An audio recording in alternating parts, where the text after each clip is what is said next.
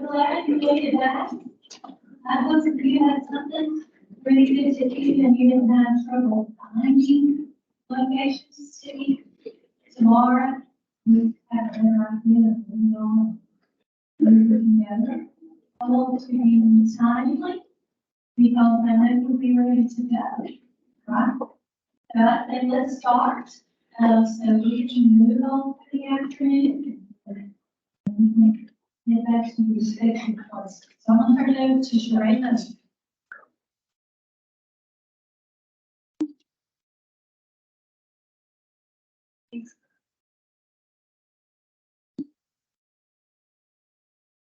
This one, right? Should be, let's try it. There we go. Good afternoon.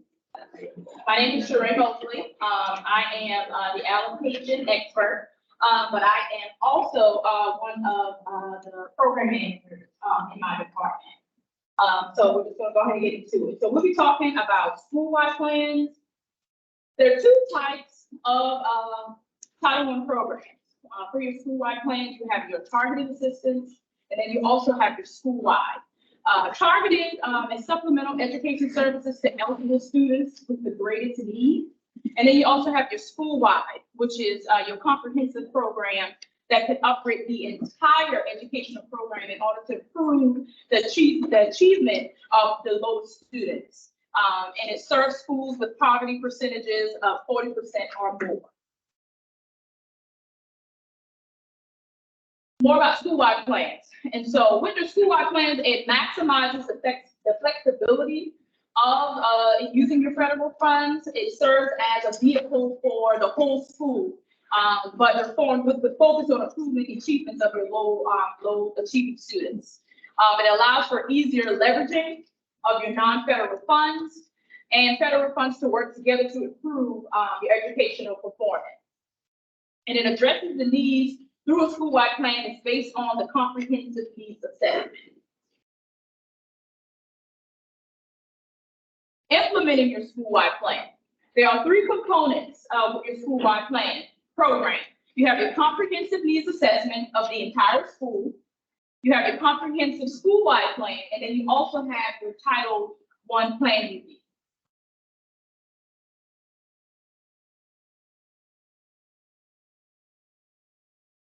School-wide plans. It provides opportunities for all children, including subgroups of children defined in meeting the challenging state academic standards. It uses methods and instructional strategies that strengthen the academic program in the school, increases the amount and quality of learning time, and helps provide an enriched and accelerated curriculum, which includes programs and activities that are necessary for well-rounded education.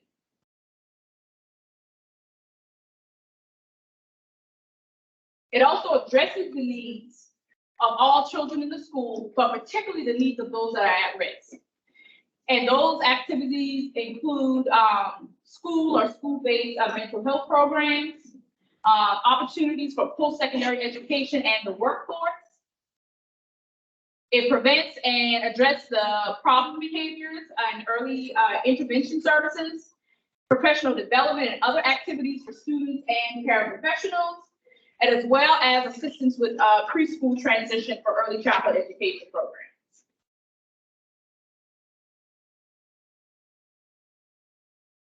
The key requirements for the school-wide programs. You have your supplement, not supplant requirements. They are different for target schools, target assistance schools, and school-wide. The Title I schools, they must receive their fair share of state and local funds. As far as the supplement, not supplant, Jennifer will get into that a little more into detail later on in the presentation. It has to be necessary, reasonable, and allocable for services to accomplish the purpose of Title I. And the use of Title I funds should always be consistent with the program.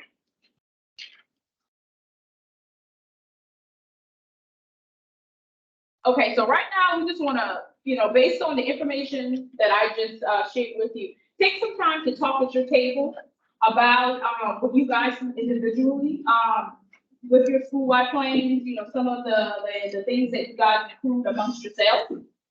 We'll give about 5 minutes to do that, and if you have any questions, you can just let us know.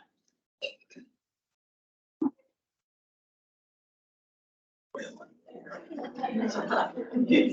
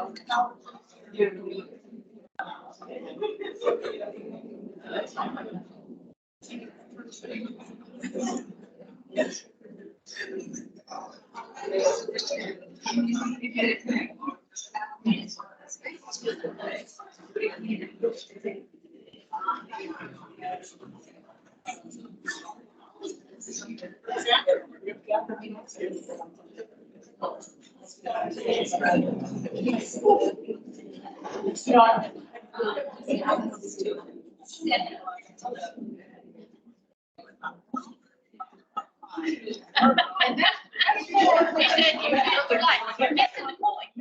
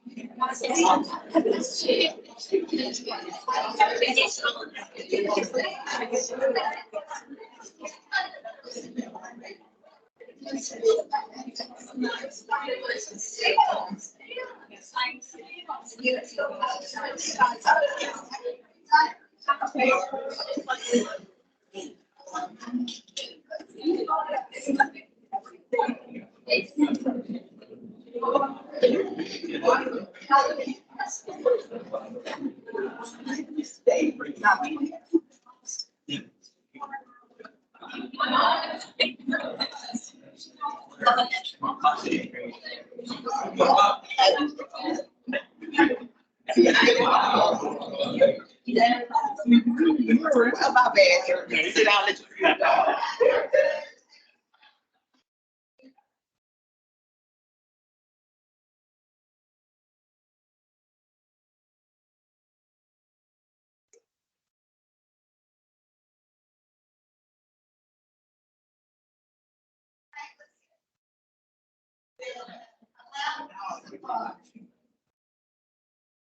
And it looked like on self-promotion, I'm not particularly.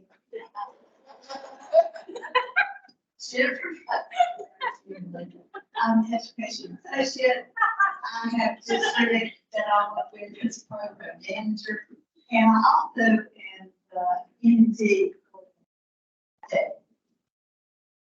So, I'll share personal stories.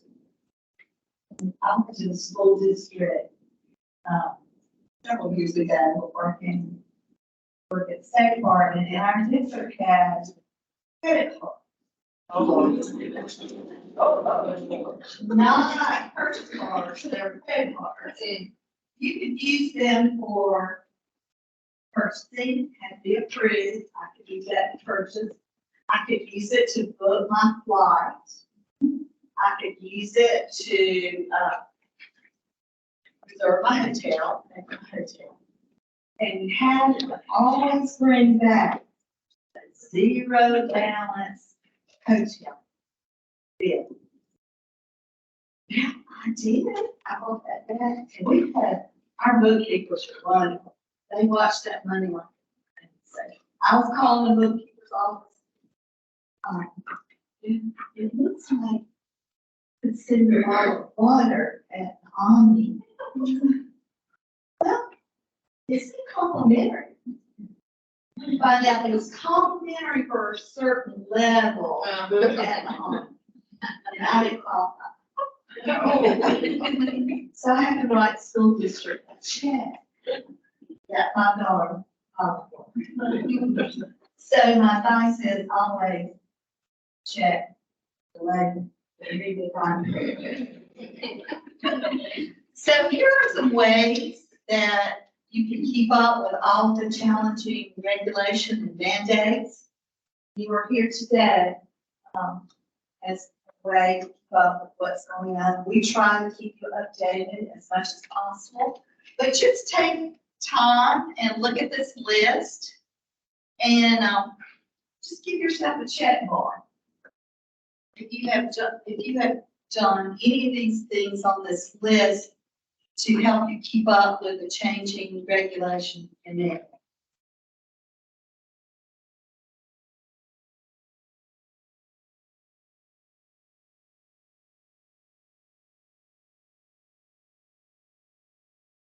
So as you write your Title I plan, you may include travel, you to attend national conferences, federal conferences. I always enjoy attending NAVIVA. You'll also be able to attend our ESSA academies that we do every year. Try to bring in national speakers. So here are some ways that you can stay up to date with all the changing regulations and mandates.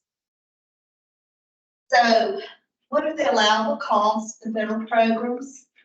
Different levels of complexity, the ESBA law regulations, the ESBA program guidance. And then we've mentioned EDGAR today, and also U.S. education policy letters. Sometimes when there's not clear guidance, they will issue a letter to us. We always try to share that with you. So, determining allowability. We use these first three words a lot. Necessary, reasonable, applicable. Does it conform to EDGAR? Does it meet the terms and conditions of your grant award? Do you read your grant awards? Read all 5 grants? Superintendents finding that, learning that to us. So be sure that you read your band. There's a band for every federal program. You'll notice that our state is more restricted in travel than the federal program. So be sure that you are reading all the terms and conditions. You've got to be consistent with your state and your local policy. Sometimes your local policies are more restrictive than the state. Sometimes they're more restrictive than the federal. So be sure that you're familiar with your state and for your own district. So the first test of allowability, is it necessary and reasonable for the performance of the federal award and applicable thereto under these principles? So here you have to have a balance between the two. And sometimes we may return an application to you for more information because we want to be in compliance with the allowable cost. You can work. Not everyone you talk to will have the answer, right answer. A lot of times we'll get something in a grant, and as a team we sit down and discuss because we want to give you a good answer. And sometimes we might ask for more information. Look at the flexibility. Be able to defend your position in your decision. For example, we're reading an application and you want to send 14 people to a conference in Las Vegas. And maybe it's a very important topic, but we're going to ask more information. How many people are sending? Is that reasonable? And also, what is the follow-up to that conference? There's no single list of allowed in Title I or ESSA activities. We have posted on our website under the Title I, Part A website, website. We updated that as of March the 31st, allowable uses of funds, and that is just this for easy reference. But there may be other things that you can call. A lot of times I get calls from my district. I want to check on this. The principal wants to do this. I want to check on it. Also, check with your district policies. I've already mentioned that to you before. Here are some questions to think about. How does this expenditure directly support student achievement or at-risk students? How does this expenditure directly support meaningful professional development? How does this expenditure increase the participation of parents in school activities or assist parents to support student achievement? And how does this expenditure foster continuous improvement? And have activities been evaluated to modify? Be sure, for example, if you are new, be sure that you are reading your application. Sometimes we find language that is obsolete, especially with different types of testing programs. So be sure that you look at your activity. So allowable versus non-allowable, salaries and benefits, PD, instructional supplies and materials, family engagement activities, and a reasonable cost. You're going to provide snacks or meals, extended day programs, student incentives, and be sure you look at the small print there. It's capped at 1% of school allocation. Non-allowable entertainment cost. That includes food, beverages. So we're providing a good example for you today. We do not provide food for you or bed. Field trips. Be sure that your field trips are tied to standards and there's evaluation, and they're not for amusement parks or fairs or tourist attractions, and just certificates and gift cards.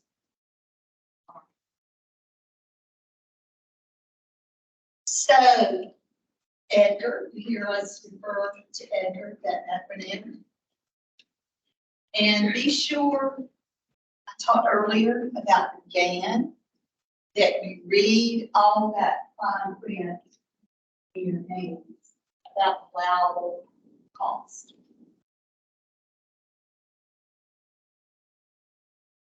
So on pages 2 and 3, you will find the allowable cost, the applicable regulations, and we always make sure that you check the assurances and the terms and conditions in your application. And also just a side note, look into your application, be sure to check for error messages and also check for warnings. GIMS will still allow you to submit with a warning, but it might save some time to go ahead and address that warning. A lot of times we get warnings for your, particularly with amendments with your PPA. So be sure that they look at any kind of warning or error in your application. Documentation is very important. Amount of funds, how funds were used, the total cost, and other records to facilitate an effective audit. Okay, that. So the COM team come in and ask for your documentation. They do that ahead of time. They'll also do an on-site visit for more information. but be sure that you have the documentation, for your activities and. And where do you find the updates? Sign up for updates. We've given you that website there. There are more ways to get updates. Got the links there. And also, I'm not sure if we call it good reading, but the Edgar pages, the Department's Law Guidance, just training on your own, and looking at online courses that are available. We've got the links there. Gonna dig down, Jane, a question. It is loud here. Yeah. Has to be reasonable. Yes. The question was, is food allowable for parent activities? And the answer is yes, but it needs to be reasonable. Yes. This one, student incentives and food, snacks, refreshment, what's the stance? Student incentives with snacks and refreshments. I'm gonna refer to Jewel. So I can look at that two different ways. So let's say you're doing a math activity, sorting. But Skittles or M&Ms for everybody in the class. That becomes a supply, that's not food, right? But if you're looking at doing pizza parties for honor roll, that's not going to fit the bill of allowability, okay? So there's a difference between the two. Do you get the difference that I gave as an example? Yes, food is great for parent involvement. You feed them, they'll come. That's been one of the things we've always said. But when you're looking at feeding teachers or staying for a training that's after hours, I suggest that you find another pot of funds to pay for that, okay? That'd be a good potluck kind of thing, have everybody bring something, or I'm making fun of it, but in all seriousness, when you try to pay for food for anything other than a parent event, there's a high level of proof that you must meet in order to make sure that that's allowed. And then, hold up my boyfriend. There's my boyfriend. If you don't have Edgar yet, you need him in your life. If you are, the fifth edition, it's the fifth edition, and you can order it from brewman.com. You read that book. I'm gonna tell you why you read that book. When you have to say no to a principal, they're gonna say why, and you give them a reference why. And when we respond to you with a no, we like to give you a reason why we're saying no. It's not because we don't like the activity. We're trying to make sure you stay within the parameters of what you're supposed to do with those federal funds, okay? So get you a copy of Edgar. He may not be the best read, and he's not a good read, but I like mine. You have them tagged up with all my favorite spots. So get Edgar. It's going to help you out immensely, especially when you have to have some of those tough conversations with your principals. They can be very convincing about some things that they want to do in their plan, and it sounds great, and it probably would be a game changer, but it can't be a game changer with federal funds, okay? You are gonna, let us have a date, for the date with y'all and teach us about this tab and help us. I have done Edgar dates before. I can do Edgar dates again if necessary. Yes, Karen? With no food. With no food though. Or drink. A question that deals with food, but it's kind of moving into another office. We got some feedback yesterday on one of our plans from the Office of School Transformation. And some teachers were going to a professional development outside of the school, like away And so, we had in their registration, hotel, transportation, and their food, their per diem. And we got feedback last night that, food is no longer allowed. And so I pushed back on that. I asked where that came from, and I was told there was a change in Edgar, that food is no longer allowed. I didn't know if y'all heard that. I have not heard that. Yeah. I have not heard that. I will follow up with them and see where they heard that. This is conversation. Yeah. I know you're talking about. I can follow up, but from my understanding of Edgar, when you have trips for conferences, your per diem that's part of it. Yeah. That's different. Now, what may be excluded, let's say the conference provides you with breakfast and lunch. Obviously, those meals cannot be reimbursed, but you would be reimbursed for your dinner if it's not part of the conference and it's a few days stay that you have to do. So I can follow up. Will you send me an email? Okay, thank you. Thank you. We can say that to everyone, I gotta say to that.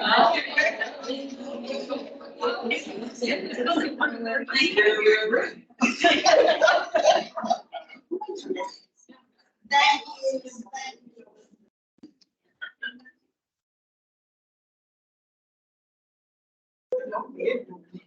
Maybe there's more restricted.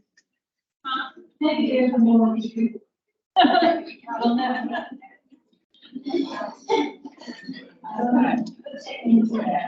All right, so the monthly plans.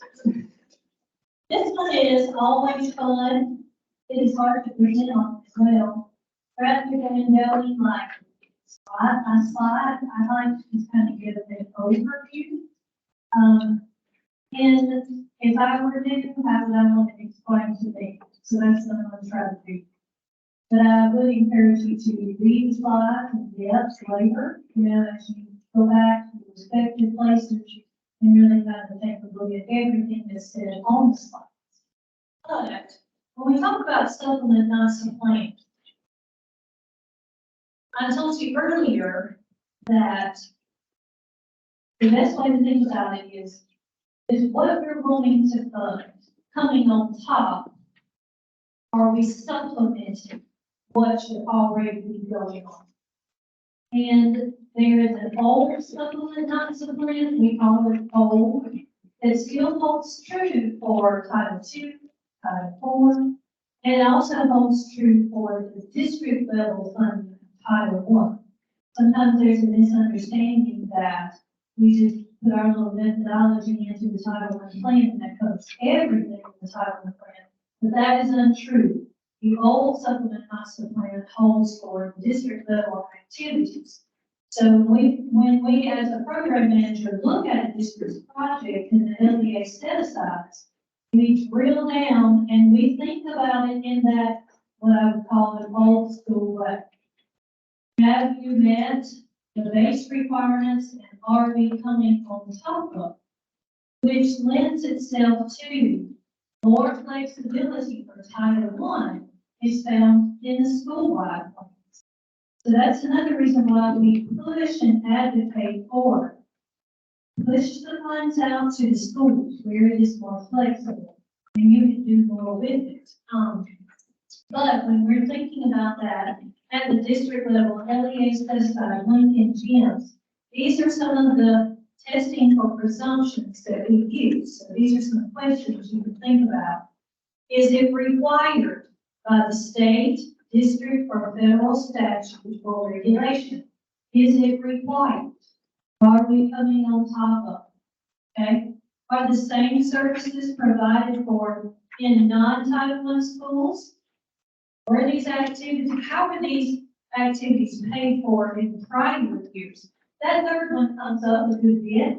Like when you get ready to, and we've had these conversations about ESSER coming to an end and Title I beginning to pick up activities. So this is a question that will come up when we're looking at the district level set aside. How is it paid for prior to? So if you weren't paying for something with federal funds before, you need to consider that. Don't want to get into a supplanting issue as those grants come to a close. I can remember when the SIG grant, the school improvement grant was a large thing. Anybody been around that long? But it is a thing. You know, that was a lot of extra funding. And that office back then really pushed for, how are you going to sustain what you are purchasing with these funds? So if you bought a reading program and you had it for 3 years, how are you going to pick it up to continue it on if you feel like you're getting a return on investment? And if you've been around long enough, you know that it takes at least 3 years to even look to see if something is making a change with your data. And so we had to think about sustainability. So putting on your new coordinator's hat, these are some things that you want to think about. Sustainability, how do we keep going? You never really worked with federal funds before. Sometimes you get real happy when you see all that money. You say, oh, we're going to buy so-and-so and so-and-so and so-and-so. Well, you have to be able to sustain all that. So you need to think about that. Tomorrow we're going to talk about how you can plan with the other grants in coordination with Title I. So how they all kind of function together, like school renewal plan goals. I don't want you to do double and triple work. You want to learn to like lay it all out on the table. How can these funds support where we are going, which goes back to that comprehensive needs assessment, kind of a one plan mindset, and let these funds help support you. That was on a tangent. That wasn't scripted. But I'm trying to think of things that will help you if you are brand new to all of this. These are more questions to consider. Like, are Title I schools receiving their fair share? Technology seems to be where we really kind of hone in. And at this point, when I'm reviewing projects, I'm not seeing a lot of technology at the district level. I think you said it so much that it's being pushed out. But if you are new in the role and, you know, it's being said like, we're going to do technology for all Title I schools at the district level, no, just don't matter. We're going to do supplies and materials at the district level. Just don't matter. Hey, let them have their own money based on their own needs, doing different things for their children. What are some common supplemental uses of Title I funds? Here's some examples of what we see in projects. And honestly, it doesn't change a whole lot. This is what is typical. Okay, so we go this, then you go there and kind of look. And there used to be a lot of questions about family fund nurses. You see that that's listed. Guidance counselors, extended learning time. Some districts, they like to do summer school programs, they do pre-K programs and all of that.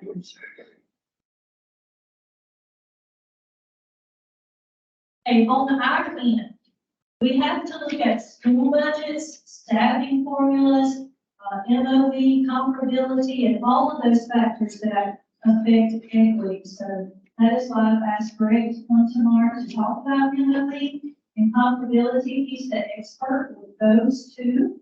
And so that is Burley Bowman in the morning. So he'll do a deep dive to those two other pillars.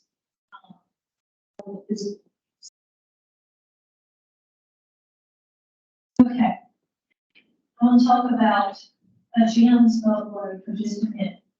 Schools are expected to have a methodology for how you're doing your ratios as well.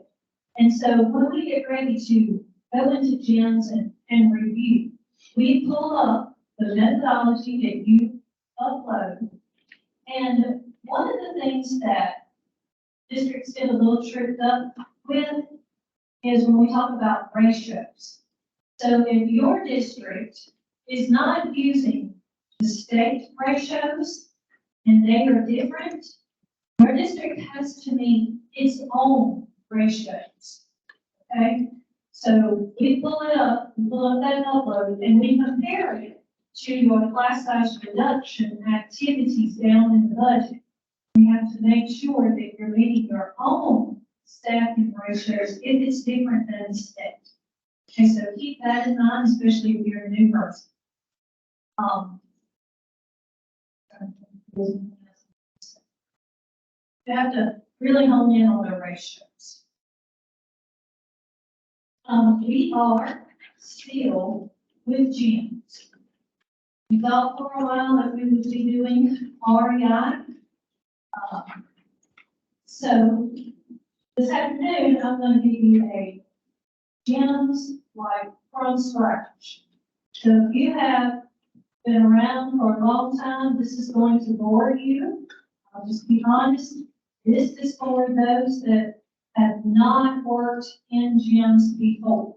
Okay, we're going to do gyms. We're going to do some table activities before we leave for the day. So the next probably 10 minutes, I'm going to talk about gyms. Okay, and I'm going to talk about it from the new coordinator's perspective on Title I. Now, as you work in gyms, if you are director of federal programs and you do in Title II, Title IV, read, you're going, as you work in gyms, you're going to start seeing some things that look very similar. Some of the links are similar. Some of the links are not, okay, because they're different brands. They have different job descriptions, as you would. Title II does things different than Title I. But you're going to see some similarities. But I want to focus on Title I since it's Title I's day. Okay, so gyms is a web-based system. You'll want to use Google or Chrome. I would imagine if you are new, a person before you, I'm hopeful that either they showed you how to get into gyms, got you set up in gyms before they exited, but if they did not, you can contact me or a program manager that we can get you set up in gyms. I will say that the contacts are not always updated in gyms. And we use two different systems for claiming versus project submission. And when I get ready to look at gaps, I'm looking at budgets against the gym's budget overview, and I have a comment. I'm going in gyms to make a comment, not gaps, because I need to speak to the federal programs director that's responsible for that grant. So please make sure that you are listed as the contact for the grants that you are overseeing, because I comment within gyms based upon what I'm doing in gaps as well. So if you're new, make sure that you're in gyms as the contact or whichever grant you're supposed to be working. Sometimes superintendents change. That type of information has to be updated. You can request a change on your end. There is a sections page, just like the main page of your grant. And over on the left-hand side, it will say help request. You can click there, and it's like putting in a ticket. You can ask them to do whatever needs to be done. I need Ms. Rhodes to be replaced with Ms. Stan. You know, whatever you need. And so sometimes finance is changing, superintendents are changing, but you want to keep that as updated as you can within the system. So you receive all the comments. Program manager comments, comments about gaps. There are two ways in gyms where we can communicate. Sometimes we will send the project back with all this feedback in the program manager's checklist, and it will sit with you. And we will have a question or a discovery on our side, and rather than letting it come back all the way to us and put it in the program manager's checklist and sending it back to you again, and you have to ask the super to resubmit for our one little question or comment. we will go in and put in a comment so that while it is with you, you can answer that question as well. Some of your program managers might like to talk to you via email, and if they're doing that, they may say, please take what we are saying in this email and transfer it into the comment section of GIMS so that we can keep that on file. Because the comm team is not going to have access to emails. They're going to go into GIMS and take a look at the history log if they have questions. So those are things to keep in mind. Now, I will say that GIMS does not have a back button. So if you are new, I'm telling you, you can't go back. You'll have to go back home, back to the sections page, and come back in that way. When we were working with REI, we did say we need a back button. But GIMS does not have a back button, so just keep that in mind. Back to the section page, to then move around. And this is the URL for it. You click sign in, put in your address, password. When you need to reset the password, it has a place for that as well. So if you've never seen GIMS, this is kind of what it looks like. You're walking in. Got a search bar as well. I apologize. What's the stream? It's cold. It's cold. Okay. So again, this is another little snapshot of what you will see when you come in. You have a navigation menu over here on the left. And so that's where you can figure out, okay, where am I going to go? If you help with NNB, you may use this document library from time to time. It really just depends on the grant that you're working. Okay, with the Title I, you move into the Title I application. And we're going to take a look at it specifically. But here's an example of all the type of grants that's listed. What can you do? Okay, the inbox is a record of system emails. Funding is where you get to each grant application. So I want to go to Title I or wherever. An address book gives you the list of the users with their respective roles and our roles. Mention the resource library. Help for the current page, request help. You can put in a ticket for help. I will tell you that they are, Millie Proctor is amazing. She turns around stuff quickly. Most of the time, it is within a business day. She can get to it. She does it very quickly with customer services. So if you put in a request help, you can expect it to be done quickly and you're not going to be sitting on your hands. Say, okay, it's going to be a week, and I guess I'll have to ask Jennifer, she'll ask them. You don't have to do that. They're very quick, and they will call you. You are really in the thick of it, you can't figure it out, you're getting all these error messages, and she wants to talk directly to you, she'll call through. It will time out, but it takes a long time for it to time out. So I appreciate that. Okay, so this kind of gives you oversight of like where we go. It will filter by fiscal year and by application. Okay, the sections page, that's your main page. It's where you can see status changes. You can view your allocations. You can see error messages. You can print all of those things on the main page called the sections page. Okay. Just gives you a little snapshot of how to launch and kind of move around. Okay, and then you have a place where you see the status. It's going to be at the very top of your application. It tells you and me who is sitting. And once in a while, I'll get an email and people be like, well, why is the project not getting reviewed? I said, this is sitting with your superintendent. It has not made it to me yet. Okay, so look and see where it is before contacting, because this really happens with amendments. The finance will put in like gaps amendments, and they're saying, Jennifer, it's been sitting with you for like 4 days. And I say, that's because Jim's is still sitting with you. Okay, we approve Jim's, then we approve gaps. I am a stickler for that. It helps me to keep up.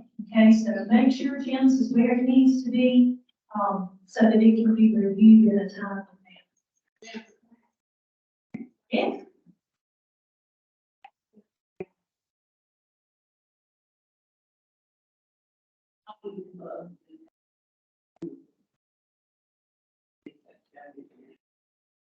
There can you view gaps without access, like a read, Oh, no, the grant coming out there. I think you have to be set up as like a coordinator or some, you know, actual. Oh, yeah, I could probably do that and see if I can just get you access to you. I'm not exactly sure how that would work. Yeah. You can give Sarah pictures and email and she'll help you out. Some of that may be a district decision with how many people they want in gas. So, I mean, it may be beyond our control. That may be something that you would have to discuss with your finance department. Yes.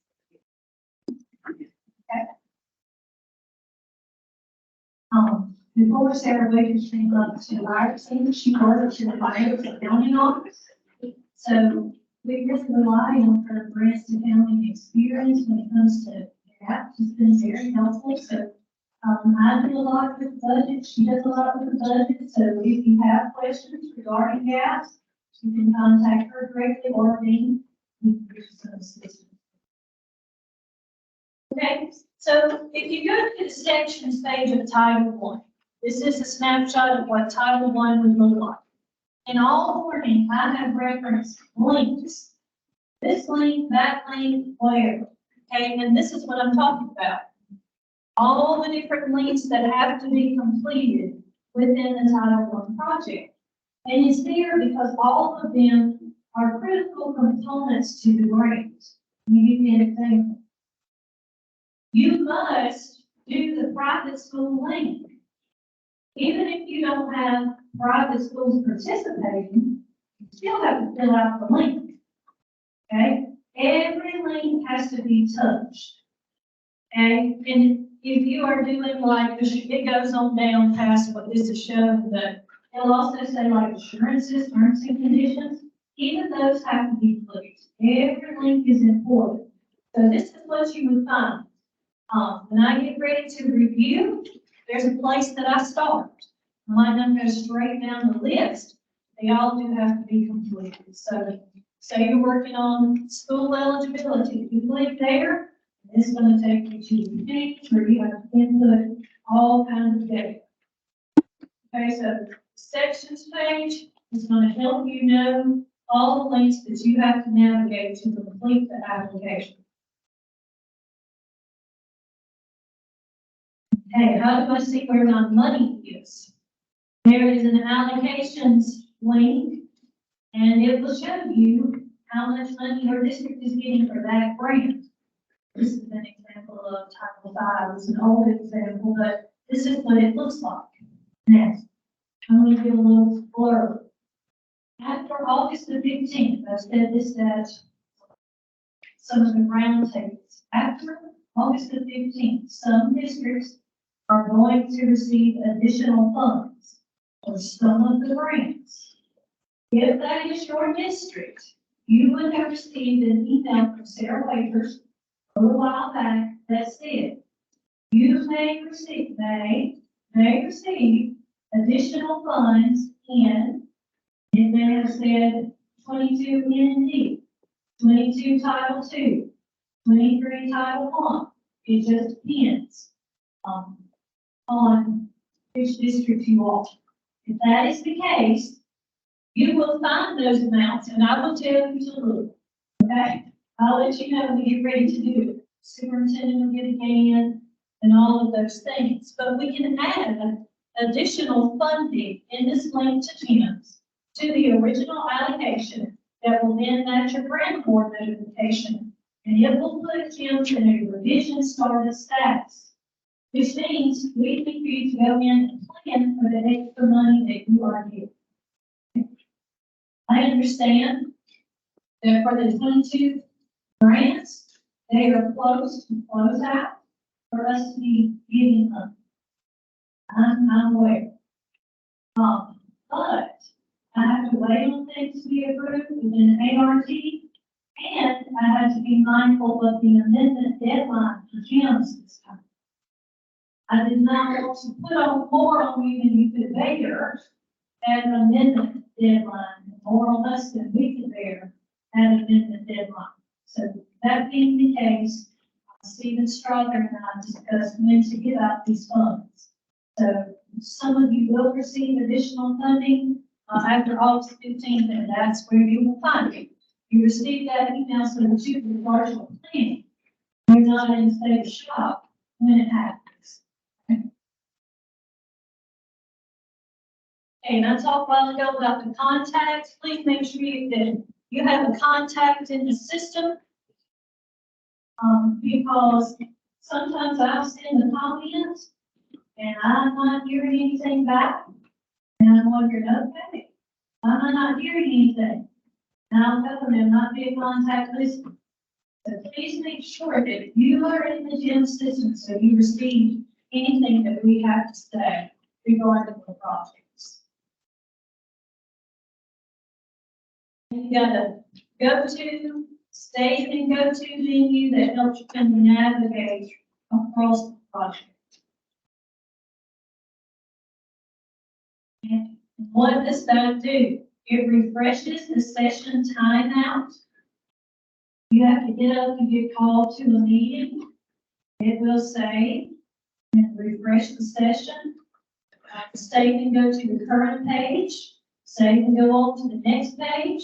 Save and go on to the previous page.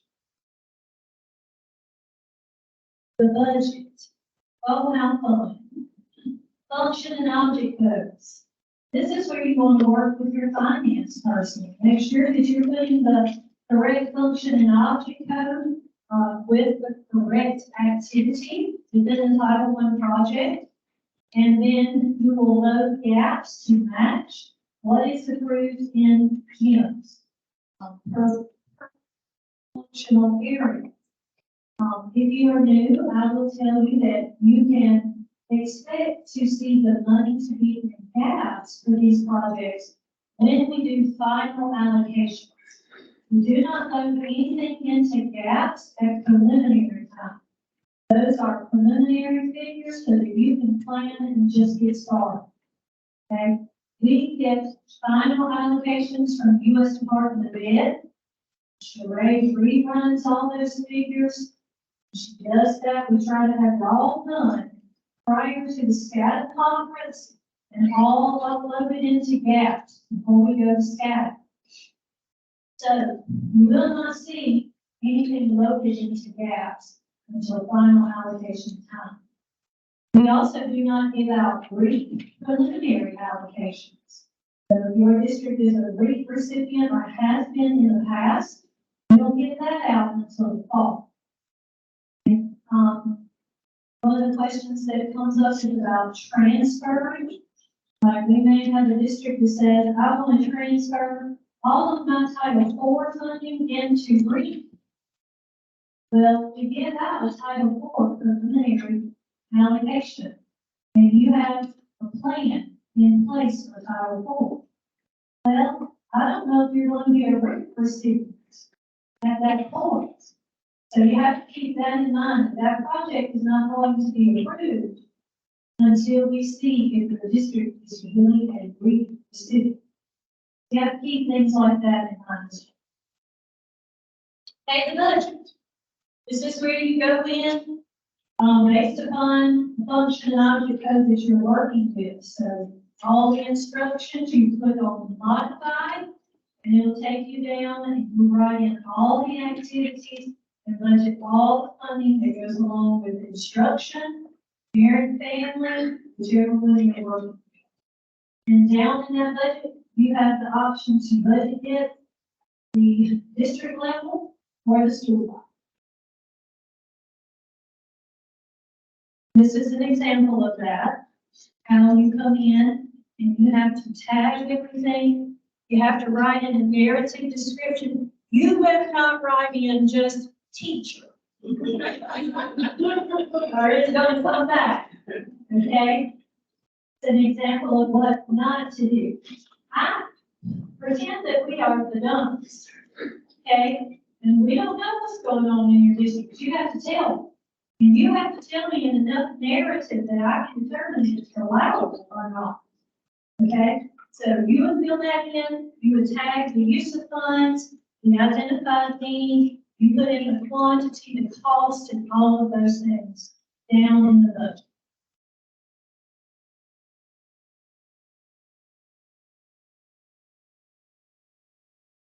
The quantity will default to 1. So if it's more than that, you'll have to put that in. This gives you an example of all the tags that you have to put on.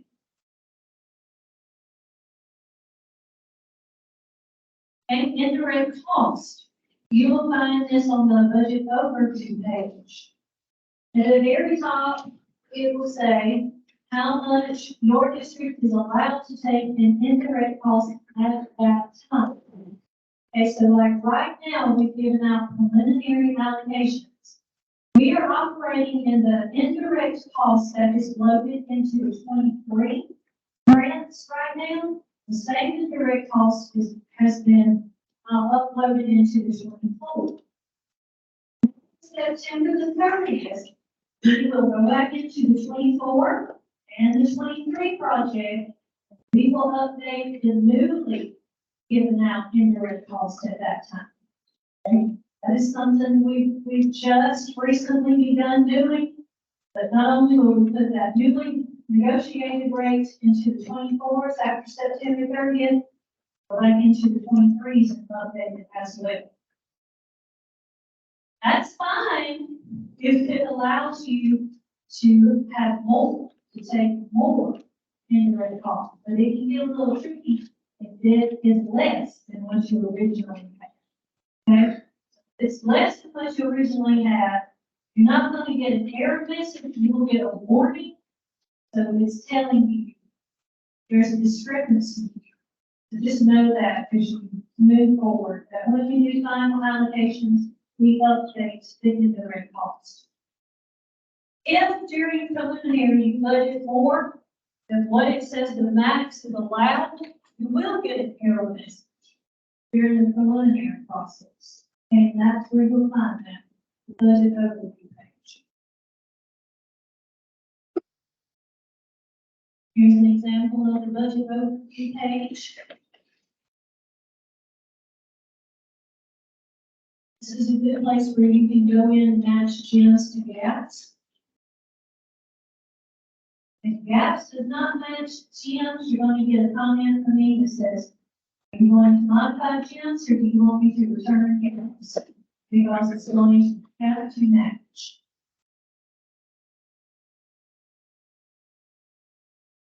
And I talked a little earlier about the assurances, terms and conditions. It's a link as well.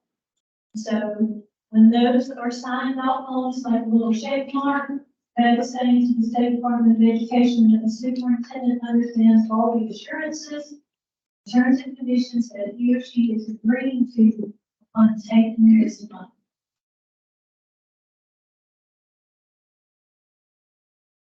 Details page. Now, I said a while ago that I would focus on just Title 1, but I'll get extended into Title 4 and 5.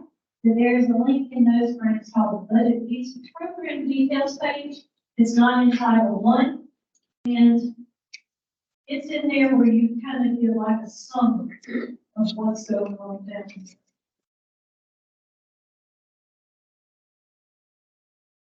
Related documents. This is where you upload all the things that is not directly asked for within all the links that you've been working. Okay, so this is the place where you will upload a needs assessment per school wide. You put in your supplemental plan methodology. You probably received an email from Teresa Gregory, who's the ombudsman, about putting in private school documentation.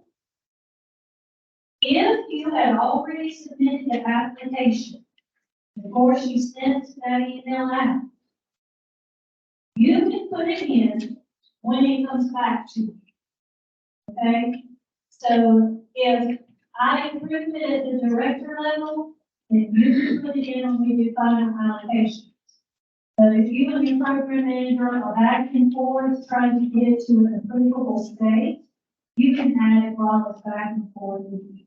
You should be talking more later on about private schools and what's expected of that. Okay? But the related documents is where you can put all of those things. If there's something that you know you're going to be monitored and you want the comm team to see it, you can upload it there if you want to. It's just a place that you only want to upload there to give us anything that you want us to see.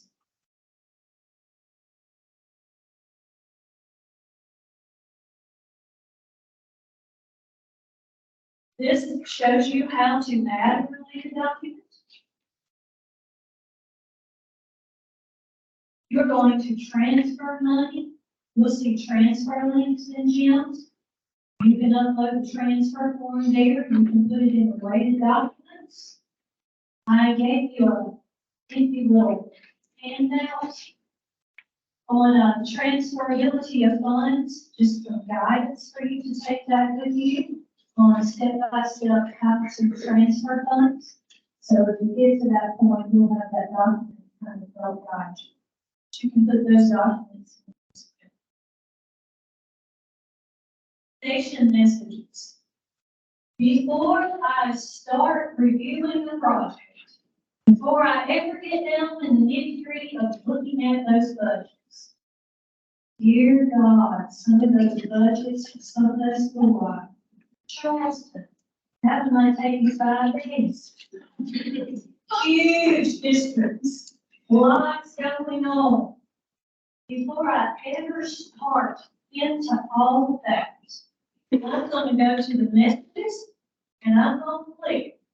And I'm going to make sure that everything is clear before I start all that work. That's what you need to do as well. I understand that it gives error messages, but it gives warnings. And if it's giving a warning, it's giving it for a reason. You need to read it. Make sure it's good. And because it wasn't meant to us with a warning. An example. Parent family engagement. Let's just say your 1%. You decided you wanted to put it in a different place. You didn't want to push it out to the school lives. You put it like on the LEA set asides in a district activity. It's going to give you a warning. So if I put up and I look at the warning, then I'm going to drill down and say, okay, let me see. Why is this warning? If it gives a warning, there's a reason. So you want, first place you want to check, validation messages. Just keep that in mind if you're new.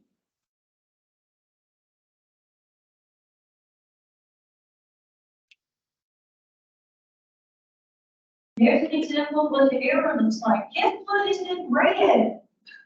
The rest of them are not in red. The errors will pop up to you, and that's its way of saying it's not going to submit until you correct it. It's not going anywhere until you correct it. And I will say that most of the time, when it gets an error, it's accurate. Okay? So you can drill down into what it's saying you need to do. I love that about GEMS. It's keeping you out of doing it wrong, right? So you get an error message, it's going to take a while, it's going to tell you how to correct it. Okay, the workflow. Let's talk a minute about the workflow. Microphone. Let's talk a minute about the workflow. Okay, in revision starting steps, it is with you. Or in draft start steps, it is with you. Okay? Once you complete it, it's going to say draft completed. It's going to go to the finance person. I told you earlier, make friends with the finance person. They really need to look at the process. They just need to get the, okay? Because sometimes programs might not get all the function and object codes right. As an example. Sometimes the program, they might have put more money in something than finance was expecting. Indirect costs, they need to be looking at that. They need to be checking you. Okay? So, make friends with them. Go to Starbucks, whatever. Say, I sent it to you. Please give it time to really look at it. And if you think it's good, if you send it on to the superintendent, I know you can't probably say to the superintendent, let me make sure you look at it. But hopefully they are. They're reading it because their name is ultimately on it. Okay, so after it goes to the superintendent, it then makes its way to the SVDE. It's going to come into the program manager review, and then once they've given approval, it comes to me at that second level. So, in our office, we have a two-step review for every grant that my team oversees. And I'm going to speak about Title 3 right now. I'm going to speak about 1, 2, 4, 5, and then D. We have an internal control in place. There is a two-step approval process. So let's say Ann is program manager, she gets the first look, and I get the second. That's for our own internal controls, just like you guys have internal controls. Okay? I am also a program manager. I need to hire more people, I will not be one. But for now, I am, and I have 4 or 5 districts. And so because it is a two-step review, I am the first look as program manager. But then I will ask somebody to look behind. Okay? Sometimes that's Leslie Rose. If I am absent, if I'm on vacation or something, she has director level approval options as well. So you always have to have somebody on standby if I'm not ready. Okay? So for my districts, somebody will look behind me as well. So if you're one of my districts and you're new, you might get comments from me and somebody else. Okay? Now, if I am not your program manager, this is what will happen. Let's say Ann sends me one and I catch something that Ann did not see. Well, I send it back to Ann. And then you're going to hear from Ann. You're not going to hear directly from me. That's kind of what you can expect as far as our reviews.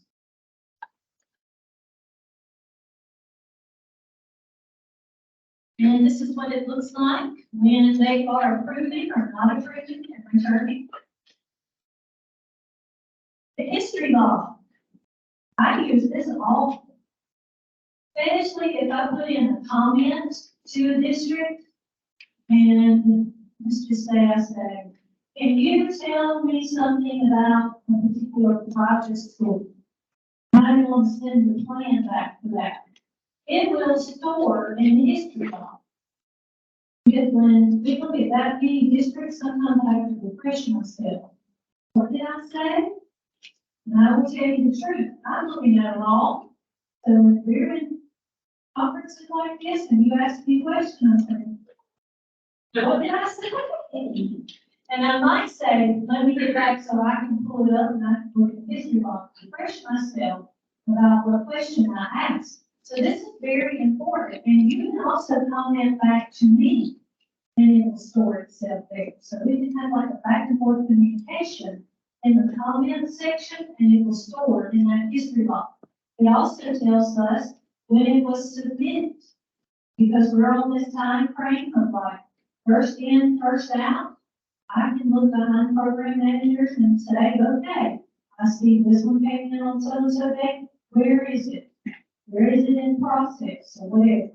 So that's how the history log is used. Mayor is talking about comments.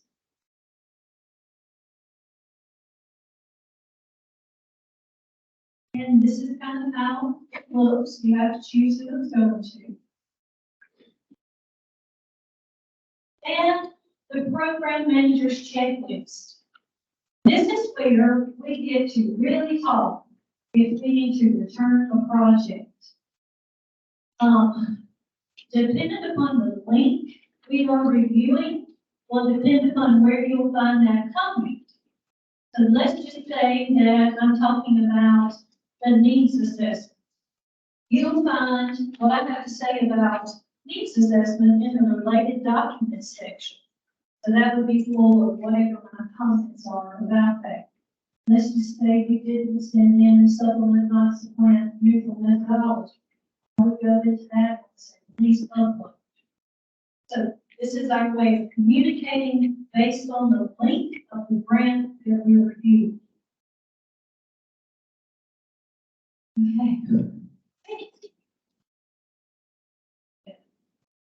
If you have been doing federal programs or working with Title I, 5 years or longer, would you raise your hand? There's something to be proud. Put it over there. You have survived it. You have survived. My hand went up too. I'm proud of that for you. Long time.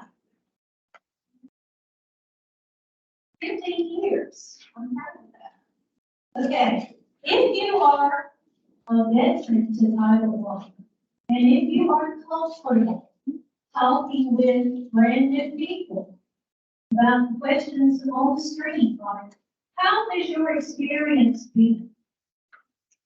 You can be honest with me. We're going to have time for that. Ask the vet. Okay? So if you are a brand new coordinator, would you raise your hand if you're in year 1 or year 2? That is true. Okay, you vets, look around the room. Keep them up, vets, look around the room.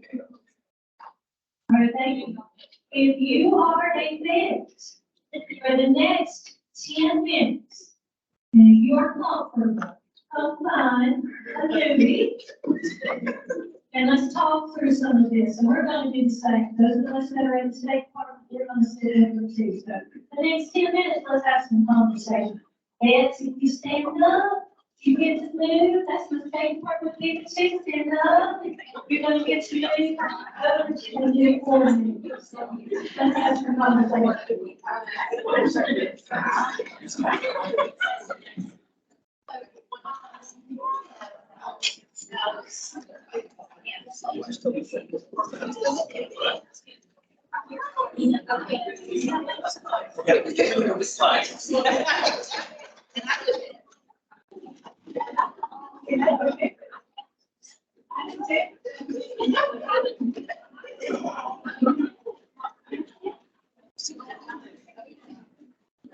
Don't sit there.